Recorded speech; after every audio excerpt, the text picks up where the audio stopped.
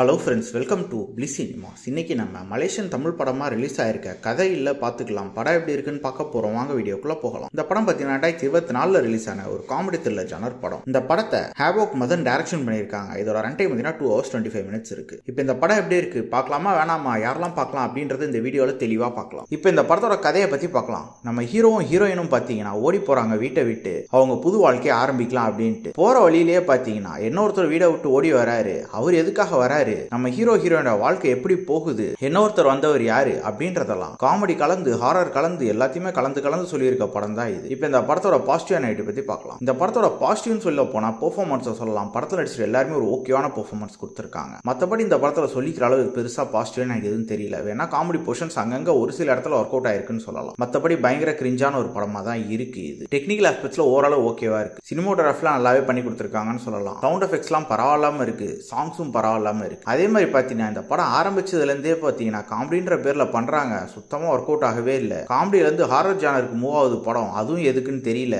அது இஷ்டத்துக்கு ஏனோ தானோன்னு போயிட்டு இருக்கு. ஓவராலா பார்த்தீங்கன்னா கண்டிப்பாக இந்த படத்தில் ரசிக்கிற மாதிரி எந்த விஷயமே கிடையாது. இது ஒரு பிலோ ஆவரேஜான படம் தான். வேணும்னா ட்ரை பண்ணி பாருங்க. இன்னொரு வீடியோவில் சந்திக்கலாம்.